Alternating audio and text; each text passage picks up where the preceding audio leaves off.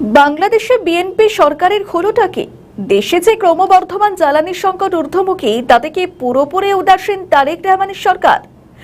একে আমেরিকার গোলামি, তার উপর চীনের পায়ে পড়া, এই দুয়ের গেরোয় নাস্তানাবুদ বাংলাদেশ।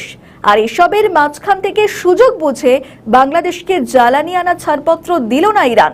ফলে দেশ জুড়ে যে জ্বালানি সংকট ছিল তা তো রইলই, উল্টে জ্বালানি সংকট কমার সম্ভাবনাও রইল না। দিন কয়েক আগে বাংলাদেশের সারবাহী জাহাজ বাংলার জয়যাত্রাকে হরমুজ প্রণালী অতিক্রম করার অনুমতি দেয়নি ইরান। সূত্রে খবর, ইরান ছাড়পত্র না দেওয়ায় হরমুজ পার করতে পারবে না বাংলাদেশি জাহাজ। শুক্রবার বিকেলে ইরান হরমুজ প্রণালী বাণিজ্যিক জাহাজ চলাচলের জন্য উন্মুক্ত ঘোষণা করলে রাত 9টার দিকে সংযুক্ত আরব আমিরশাহীর শারজাহ বন্দরের কাছে একটি নোঙর তুলে ফুজায়রার উদ্দেশ্যে রওনা দেয়, যেখানে কয়েক ঘন্টার মধ্যেই তা থামিয়ে দেওয়া হয়। অন্যান্য বাণিজ্যিক জাহাজের মতোই বাহিনীর অনুমতি ছাড়াই হরমুজ প্রণালী অতিক্রমের চেষ্টা করে বাংলার জয়যাত্রা। রাত 11:50 নাগাদ জাহাজটি হরমুজ প্রণালীতে প্রবেশ করে। রাত 12:30টার দিকে ইরানি নৌবাহিনীর রেডিও বার্তার মাধ্যমে সব জাহাজকে ইঞ্জিন বন্ধ করার নির্দেশ দেয় এবং জানায়, যেখানে আইআরজিসির অনুমতি ছাড়া কেউ প্রণালী অতিক্রম করতে পারবে না। বাংলাদেশ শিপিং কর্পোরেশনের ব্যবস্থাপনা পরিচালক মাহমুদুল মালিক বলেন, খুবই দুঃখজনক এটা। অনুমতি চাওয়ার পর তা প্রত্যাখ্যান করে কোনো বার্তা না দেওয়ায় আমরা মনে করেছিলাম হরমুজ প্রণালী উন্মুক্ত করা হয়েছে। এই সময় প্রায় 40টির মতো বাণিজ্যিক জাহাজ হরমুজের উদ্দেশ্যে যাত্রা শুরু করে। জয়যাত্রাও তাদের পথ অনুসরণ করে এগোতে থাকে। তিনি আরো জানান, রাত 11:50 দিকে হরমুজ প্রণালীতে প্রবেশ করে জয়যাত্রা।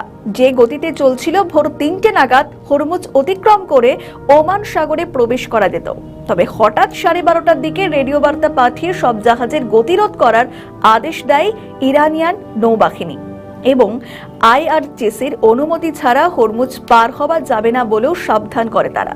এর আগে ইরান সংক্রান্ত উত্তেজনার কারণে 31 জন নাবিক সহ প্রায় 40 দিন আটকে ছিল বাংলার জয়যাত্রা।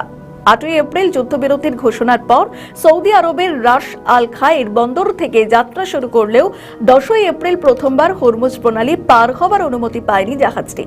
পরে শারজাহ বন্দরে ফিরে গিয়ে পরিস্থিতি স্বাভাবিক হওয়ার অপেক্ষায় ছিল, কিন্তু ইরানের নিষেধাজ্ঞায় সব পরিকল্পনা ভেস্তে গেল বাংলাদেশের। একদিনে চীনের লুকিয়ে দাদাগিরি, অন্যদিকে আইএমএফ এর চাপ। সম্প্রতি বাংলাদেশকে ঋণ দেওয়ার ক্ষেত্রে বেঁকে বসেছে আইএমএফ। ফলে দেশের অর্থনৈতিক দুরবস্থার আশঙ্কা দেখা দিয়েছে বাংলাদেশে। এদিকে বেজিং এর কাছ থেকেও তেমন কোনো আর্থিক সহায়তা পাচ্ছে না তারেক রহমানের সরকার। এর সঙ্গেই সারবাহী জাহাজকে হরমুজ অতিক্রম করতে না দেওয়া নিঃসন্দেহে বাংলাদেশের গালে কষে থাপ্পড়। পর্যাপ্ত সারের অভাবে ফসলের ভান্ডারে আকালের আশঙ্কাও তৈরি হতে পারে। সেক্ষেত্রে মাথা যারা দিতেই পারে কালোবাজারি। সব মিলিয়ে তারেক রহমানের সরকার কি পারবে ক্রমবর্ধমান সমস্যার মোকাবিলা করতে, নাকি মাঝপথের রণে ভঙ্গ দেবেন তিনি?